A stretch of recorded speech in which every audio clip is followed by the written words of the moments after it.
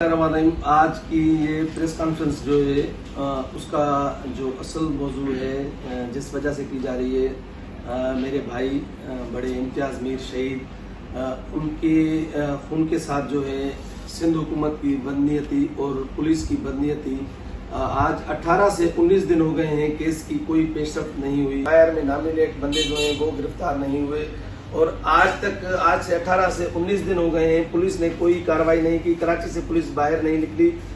Police team जो है उसने अभी तक कोई रेड वहां पर नहीं किया जो हमने बंदे नामिनेट दिए हैं।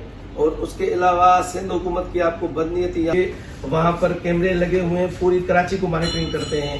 वहां से ना तो हमें कोई सीसीटीवी फुटेज दिखाया जा रहा है, कलेक्ट किया जा रहा है और हमें इस केस से जाने क्यों दूर। सिंधी आवाज टीवी को उसने 15 से 16 साल दिए, फिर मेट्रो टीवी पे उर्दू में, फिर इंग्लिश में चैनल 5 पर, फिर MNN इंग्लिश का चैनल है जिस पर वो जिनकी नुमाइंदगी कर रहे थे और पूरी दुनिया में वो सहाफत कर रहे थे। ये इंटेलिजेंस इदारों की बदनीयत ये है कि अब तक इस खून को क्यों छुपाया जा रहा है और क्यों मंजर आम पे नहीं लाया जा रहा है, इस बात को क्यों सीसीटीवी फुटेज छुपाए जा रहे हैं।